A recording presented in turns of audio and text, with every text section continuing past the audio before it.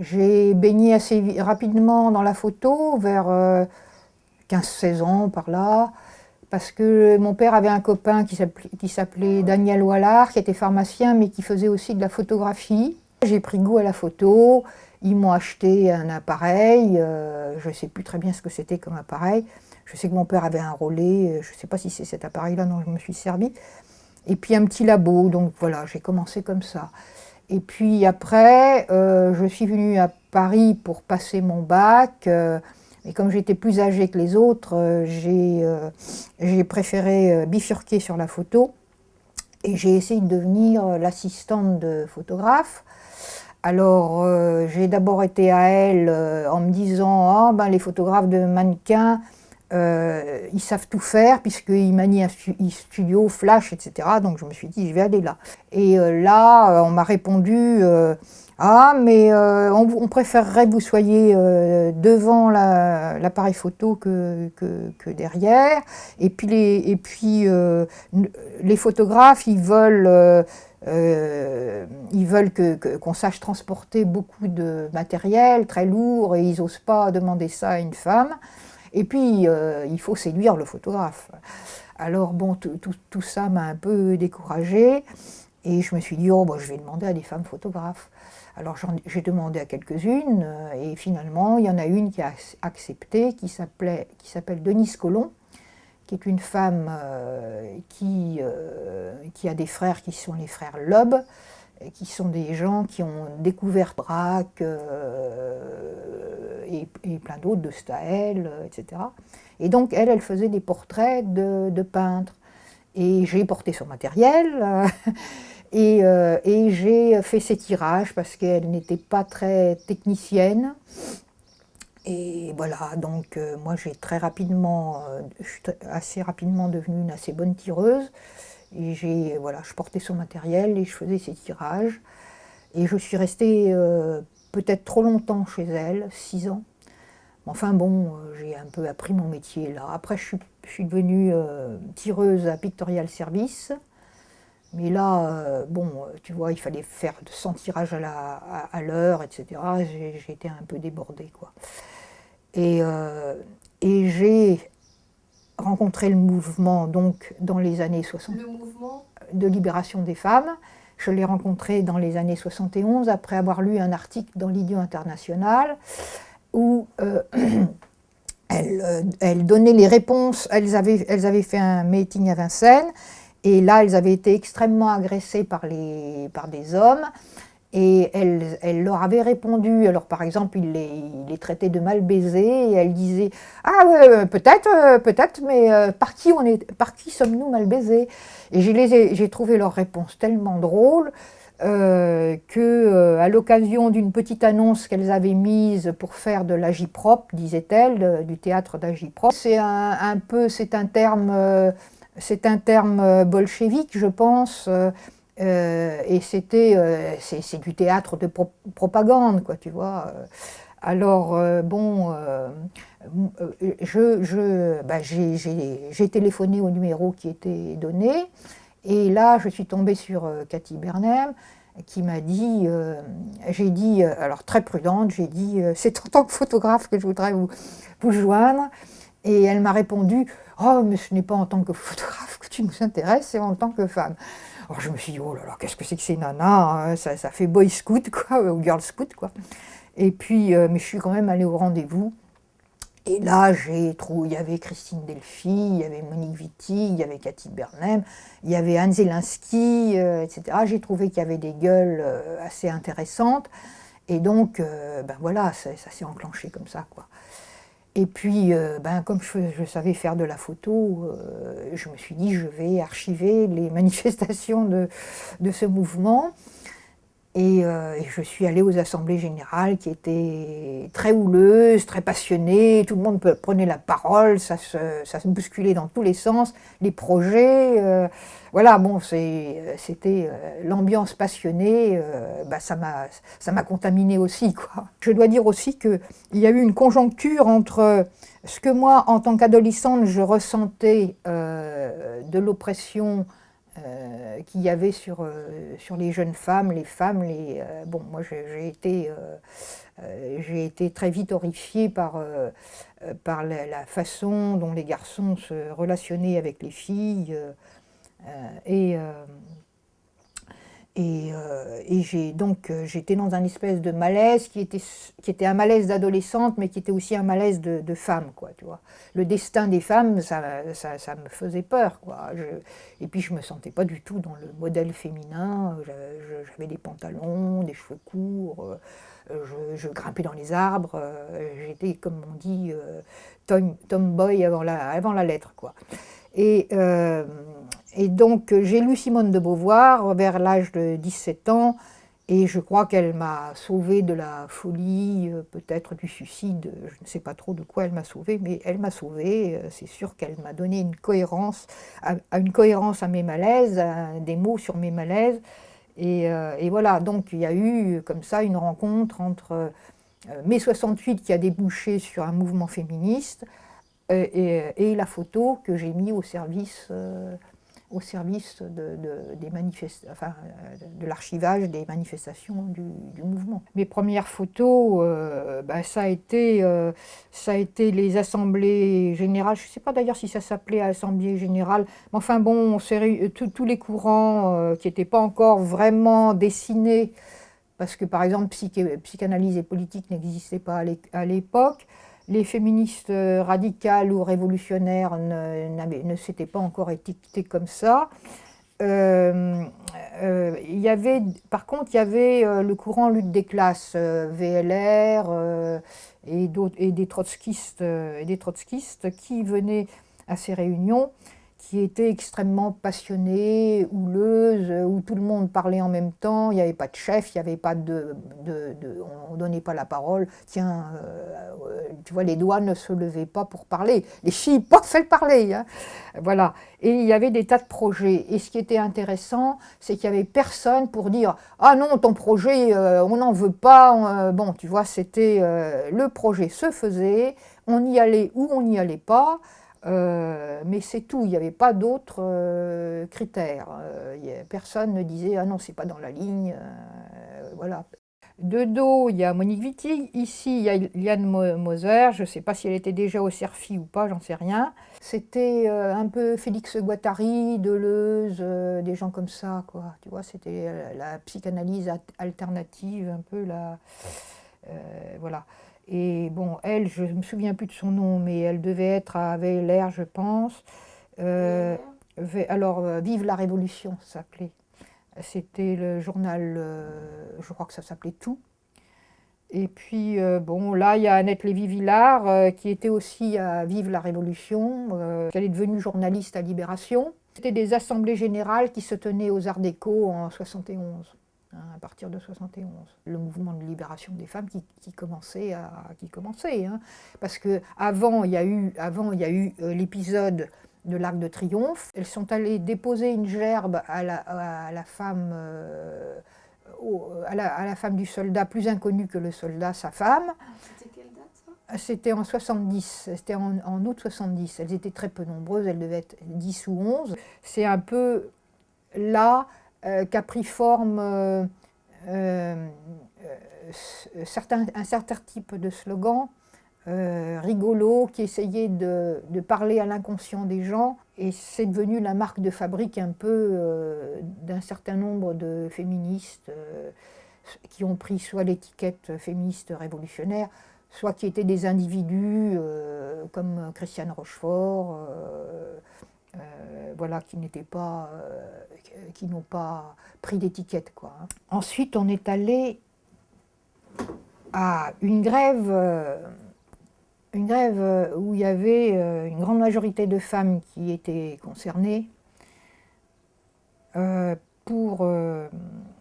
que je pense qu'on avait des restes de gauchisme aussi, mais au lieu de venir avec y compris une parole féministe, on ne voulait pas plaquer sur elle nos idées. Il y avait des militants de la CGT qui étaient là et qui nous empêchaient d'avoir l'approche. Et puis il y a il y a eu une contremaîtresse qui nous a approchés, qui nous a demandé pourquoi on venait. Et à partir de ce moment-là, elle a fait venir d'autres ouvrières avec elle. On s'est mis dans un petit coin et on les a interviewées, on les a filmées. C'était à peu près quelle époque ça? Ben, c'était aussi le 26/02/71. Tu sais, il y a beaucoup de choses qui se sont passées en 71. Et puis tout dernièrement, on a été certaine qu'il y avait licenciement, chose que personne ne pensait. Alors là, il s'est passé quelque chose à l'intérieur de l'atelier, confection, quoi? On n'en sait rien. Tout le monde d'un seul coup a décidé de faire grève, de voir que c'était vraiment la vérité, qu'on n'allait plus avoir de travail, alors que les commandes s'en allaient pour le Calvados, qu'il y a beaucoup de travail. Et chacune a pris partiellement sa responsabilité de dire on fait grève. Il n'y a pas eu de conflit, il n'y a pas eu de fuite. Les unes comme les autres, nous avons pensé qu'il fallait faire une action pour arriver à quelque chose, tout au moins garder notre emploi. Voilà. Après, bon, tout ça c'est un peu mes débuts de photographe qui n'est plus l'assistante de X ou Y. Donc je me lance et je ne suis pas tout de suite au point, je fais beaucoup d'erreurs et tout. Donc là, c'est la première manifestation pour le droit à l'avortement. Et en même temps, on dénonçait les avortements clandestins qui estropiaient beaucoup de femmes. Il y en avait même qui en mouraient, parce que ça se faisait dans de très mauvaises conditions. C'était des femmes qui en plus risquaient, les femmes qui faisaient les avortements, ou les hommes, les médecins, risquaient la tôle à cette époque-là. C'était absolument interdit. On avait fait un cercueil avec des milliers de femmes par an victimes de l'avortement clandestin en France. Et puis à un moment donné, on s'est arrêté et on a mis le feu à ce truc-là. Et là, il y avait beaucoup de gens. Il y avait beaucoup d'hommes aussi, hein, parce que en fait, ça a été extrêmement relayé par les organisations de gauche, d'extrême gauche même. Et donc, bon, il y avait environ 5000 personnes, quoi, hein, donc c'était le tout début. Le tout début. Alors on a croisé un mariage aussi, et il y a des filles qui les ont coursées, elles ont fait très peur à la pauvre mariée, elles ont crié « mariage piège à con », je ne crois pas que les mariés aient compris grand-chose. C'est une action avec le phare contre une émission de Ménie Grégoire intitulée « L'homosexualité, ce douloureux problème ». Alors le Front homosexuel d'action révolutionnaire. Ici Ménie Grégoire, qui vous dit bonjour à tous. D'avoir depuis une demi-heure une discussion absolument passionnée et passionnante sur l'homosexualité que nous allons continuer sur l'antenne. On a décidé de faire ensemble une manifestation contre l'émission de Ménie Grégoire. Et on s'est levé et on a crié nous ne souffrons pas. Et puis on a envahi la scène, parce qu'il y avait des spécialistes. Alors elle avait invité un curé, un psychanalyste, etc. Et alors quand on s'est levé, qu'on a envahi la scène, elle a crié « Ciel, les homosexuels attaquent !» Et puis pof, évidemment, elle a coupé l'émission, quoi. Et puis je me souviens qu'il y avait une chanson, Ménie s'est faite belle, Ménie, bon, tu vois, je me souviens plus très bien la chanson, il faudrait lui demander à Marie-Jo Bonnet qui connaît ça par cœur. Moi, ma mémoire flanche. Alors là, on reconnaît, il y a Christine Delphi, il y a Monique Wittig, il y a Antoinette Fouque, il y a Anna de Bacher. Je ne me souviens plus du nom des autres. Voilà. Là, c'est le Nouvel Observateur qui, après le manifeste des 343, c'est-à-dire des femmes qui ont décidé de dire qu'elles avaient avorté, qu'elles l'aient fait ou non, parce que moi, par exemple, j'ai signé, j'ai jamais avorté de ma vie, mais j'étais solidaire, évidemment, des femmes qui avaient fait des avortements. Et j'étais pour la fin de l'interdiction de l'avortement, donc j'ai signé ce manifeste.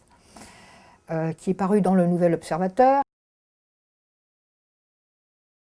Donc après ça, ils avaient un machin qui s'appelle le club du Nouvel Observateur, et ils ont fait venir, comme d'habitude, des spécialistes et pour parler de l'avortement. Et nous, on a envahi la scène parce qu'on ne voulait pas que ce soit seulement les spécialistes qui parlent de l'avortement. On estimait que les femmes qui avaient avorté étaient bien aussi spécialistes qu'eux, avaient autant de choses à dire. Et donc on les a forcés à accepter que ces femmes viennent parler de leurs avortements sur la scène. Voilà, donc on a foutu le bordel.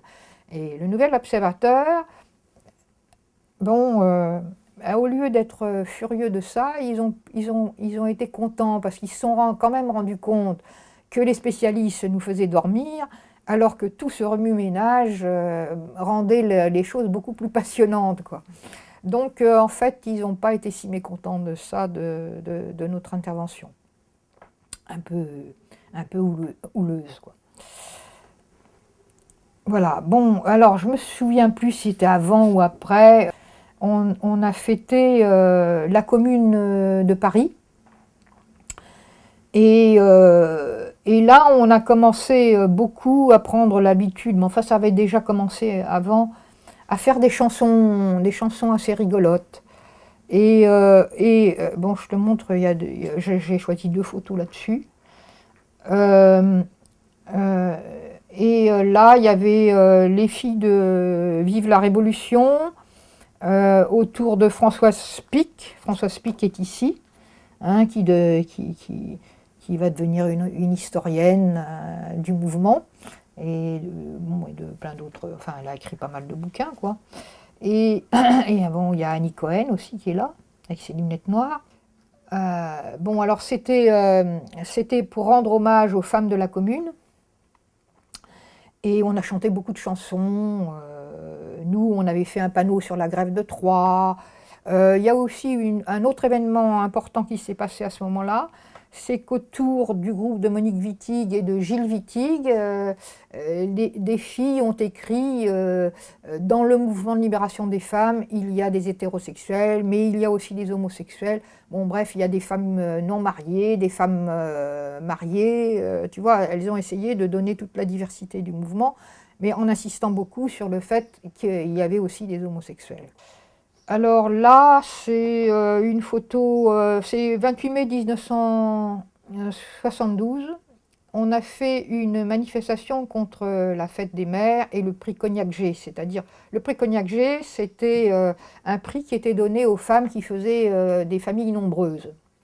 Et puis, c'est une manifestation qui s'est faite aussi contre le fait que les femmes n'avaient de véritable identité magnifiée qu'à condition d'être des mères. Et les autres, évidemment, c'était caca, quoi. Alors, voilà, on a fait une manifestation, on s'est déguisé en petite fille de la famille la plus nombreuse, et on a descendu les Champs-Élysées comme ça, quoi. Et puis, arrivé au rond-point, on s'est fait embarquer par les flics de façon assez brutale. Et on s'est retrouvés au commissariat, et là, on les a beaucoup emmerdés, on criait, on jouait les hystériques, on leur demandait sans arrêt d'aller faire pipi. Voilà, on avait un côté un petit peu adolescente, quoi. Et ils ont fini par nous relâcher une à une. Bon, voilà. Je n'ai pas fait une chronologie, mais bon. 17 juin 72, il y a eu la foire des femmes. Moi, j'étais partie aux États-Unis entre-temps, je crois. Et quand je suis rentrée, il y avait ce projet de faire une foire des femmes. Alors là, justement, c'était de la J-prop, hein, elle faisait des petites scénettes. Et là, tu as Christine Delphi et Josie Thibault.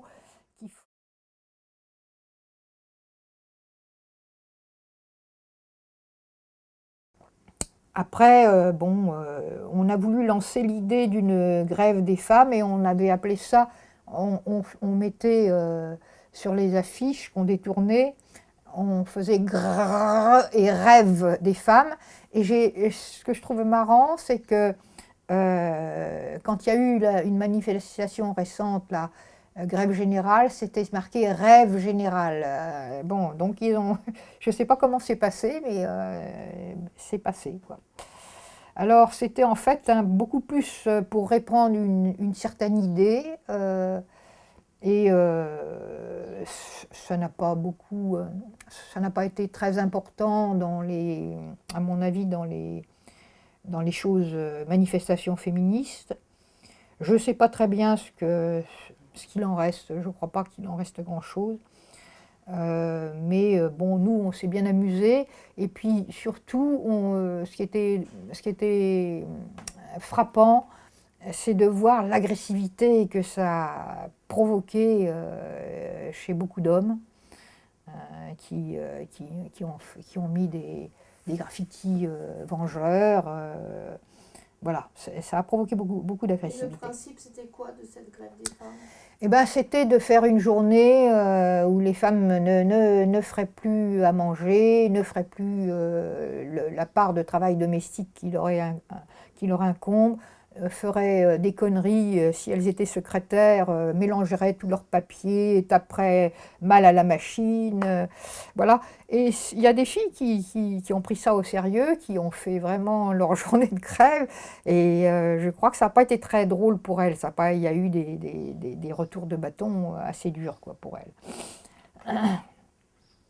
La grève du lit aussi, hein, de la sexualité obligatoire ou pas, mais bon, la grève du lit, elles ont fait. Et c'était un peu sur l'idée, tu sais, des femmes romaines ou grecques là, qui avaient fait une grève. Et je ne sais plus comment ça s'appelle, mais c'est très célèbre, hein, c'est un truc très célèbre. On a eu l'arrivée de François Giroud dans le gouvernement Giscard d'Estaing, je crois. Ah oui, c'est ça, Giscard d'Estaing. Ça donne la date. Alors, c'était l'année de la femme, le ministère Giroud, c'était en 75, 8 mars 75. Alors, je ne sais pas du tout, je ne crois pas que le 8 mars, c'était les manifestations du 8 mars qu'on connaît actuellement, je ne crois pas que c'était encore à la page, enfin que c'était, voilà. Et bon, François Giroud a débuté son ministère en disant qu'elle n'était pas féministe. Et puis elle avait très peu de moyens, donc elle n'a pas fait grand-chose. Et puis il y avait aussi l'ONU, je crois, qui a décrété l'année de la femme.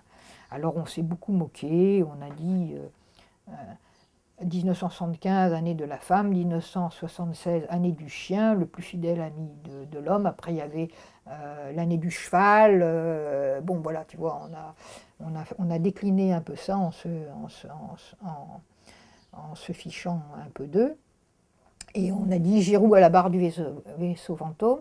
Et puis on disait, parce que comme on avait gagné un peu une loi sur l'avortement, alors il y avait beaucoup de gens qui commençaient à dire, à chaque fois qu'on sortait dans la rue, à se dire, mais qu'est-ce qu'elles veulent? Et donc on a repris le truc, mais qu'est-ce qu'elles veulent? Et c'est devenu le titre d'un film de, je ne sais plus de qui. Oui, Pauline Serrault. Voilà. À un moment donné, Pivot a fait une émission disant, ça s'intitulait « L'année de la femme, enfin ouf, c'est fini ». Et Giroud a tellement renchéri, tellement voulu passer pour quelqu'un de tout lisse, etc., qu'elle a valisé tout. Et donc on a fait, Johanna, Delphine et Carole, et puis Nadia Ringard qui a participé aussi, avec un petit peu notre aide. On a fait un film où elles ont pris François Giroud en train de répondre et elles se sont foutues de sa gueule complètement. Parce que alors François Giroud, dans la misogynie et le masochisme, elle a fait fort, là. Et bon, c'était aussi une des 1000 manières de militer que les féministes ont inventées. Elles ne sont pas les seules, bien sûr, mais bon, je trouve qu'elles ont inventé toutes sortes de manières de militer avec une grande liberté accorder aux gens qui militent, parce que j'ai l'impression que quand on entre dans un parti, on est dans un moule de militantisme et il n'y a pas il n'y a pas autant de liberté. Après, bon, on s'est attaqué au viol, parce que le viol, à cette époque-là, il passait en correctionnel, pas du tout aux assises. Il n'était pas du tout condamné. Les femmes qui étaient victimes de viol étaient les premières accusées. Elles devaient se disculper parce que les femmes, c'est des séductrices, n'est-ce pas? Donc elles devaient se disculper, avoir une vie irréprochable, sinon évidemment c'était elles qui avaient provoqué le viol, quoi. Les types étaient assez rarement condamnés. Donc là c'est un tournant, on a réclamé qu'ils passent aux assises. Alors c'était en 1976. Je me souviens plus très bien. Là, j'ai pas mis tout à fait. Voilà. Alors, il y avait toutes sortes de slogans aussi très drôles. Viol de nuit, terre des hommes, ras-le-viol. Bon, tu verras, dans le sexisme ordinaire, on a fait une liste des slogans. Il y avait je suis une femme, pourquoi pas vous? Parce qu'il y avait je suis communiste, pourquoi pas vous? Alors nous, on s'est amusé à détourner. Et il y avait qui viole un œuf, viole un bœuf. Bon, bref, tu vois, il y en avait pas mal, quoi. C'était assez. Et alors, je crois que c'était je crois que c'était un 1er mai 1976 d'ailleurs. Et on a été empêché par la CGT d'entrer dans le cortège du 1er mai. Il y avait une voiture un camion avec des enfants, ils ont failli enfin ils l'ont bousculé en disant que les enfants c'était des enfants de pute. Ils ont fait un article où ils avaient des fantasmes qu'on était nus et qu'on avait des aiguilles à tricoter pour les blesser. Bon, vraiment des fantasmes invraisemblables. Voilà, bon, alors cette histoire cette lutte contre le viol, elle a donné des résultats. On a obtenu les assises et les violeurs sont plus souvent condamnés aujourd'hui qu'autrefois. Maintenant, le viol n'a pas disparu pour autant, hein. Alors en 79, ça a été la big manif sur l'avortement. Il y a eu 50 000 femmes dans la rue. Alors nous, on écarquillait les yeux, on trouvait ça extraordinaire parce que nos manifestations, jusqu'à maintenant, elles étaient plutôt maigrelettes. Mais bon, je ne sais pas pourquoi elles avaient quand même une efficacité, parce que les idées se répandaient, il y avait des groupes qui se formaient en province, enfin tu vois, il y avait une sorte de choses qui s'étendaient, quoi. Et donc en 79, il y a eu 50 000 femmes dans la rue qui sont venues de province, qui sont venues un peu partout. Il y avait des jeunes, il y avait des femmes âgées, il y avait de tout. Mais bon, 50 000 femmes, quand tu vois que la Guéprade en met 500 000 dans la rue, évidemment, on est 50 000 femmes. Bon, voilà. Et puis là, par exemple, les cathos intégristes, tu vois, de la marche pour la vie, eh ben, ils approchent, hein, ils en sont à 30 000, 40 000, donc méfions-nous, bientôt ils vont les avoir, les 50 000, et ça va... Bon, il faut être vigilante, quoi. Là, tu parles de maintenant. Oui, je parle de maintenant, il faut être très vigilante. On n'est pas sûr qu'il n'y aura pas qu'on ne recommencera pas à attaquer le droit à l'avortement. D'ailleurs, il y a des hôpitaux qui disparaissent et on ne renouvelle pas les centres d'IVG. Bon, non, il faut être très vigilante. J'ai oublié de te dire qu'en 79, il y a un événement très important qui s'est passé, c'est que le groupe Psychanalyse et Politique a déposé en marque commerciale et en association loi 1901 le MLF. Hein. Et ça veut dire qu'elles se sont appropriées tout le boulot militant que les femmes faisaient justement au nom du mouvement de libération des femmes. Alors elles ont prétendu que on avait abandonné ce titre, qu'il y avait un danger de récupération par des groupes, des partis, etc. Mais enfin, elles ont fait une sorte de putsch, quoi, hein. Elles ne se sont pas concertées avec... Alors, l'abandon du mouvement de libération des femmes, oui, parce que, si tu veux, le mouvement de libération des femmes, en fait, on signait de tas de noms de groupes, on signait même de noms de groupes complètement éphémères, qui n'existaient que pour un jour, que pour une certaine action, et ça n'allait pas au-delà. Donc on ne mettait pas groupe, je ne sais pas, qu'est-ce que je pourrais te dire. Bon, par exemple, le féministe du 3e millénaire. Bon, c'est un groupe qui s'est formé et puis il a disparu une fois qu'on a terminé les actions. Mais ça s'appelait groupe féministe du 3e millénaire du mouvement de libération des femmes. Sauf qu'on n'éprouvait pas le besoin d'à chaque fois de mettre du mouvement de libération des femmes, c'était implicite, hein. Et tous ces groupes qui signaient en ne mettant plus mouvement de libération des femmes, bah, c'était implicitement, elles étaient implicitement du mouvement de libération des femmes.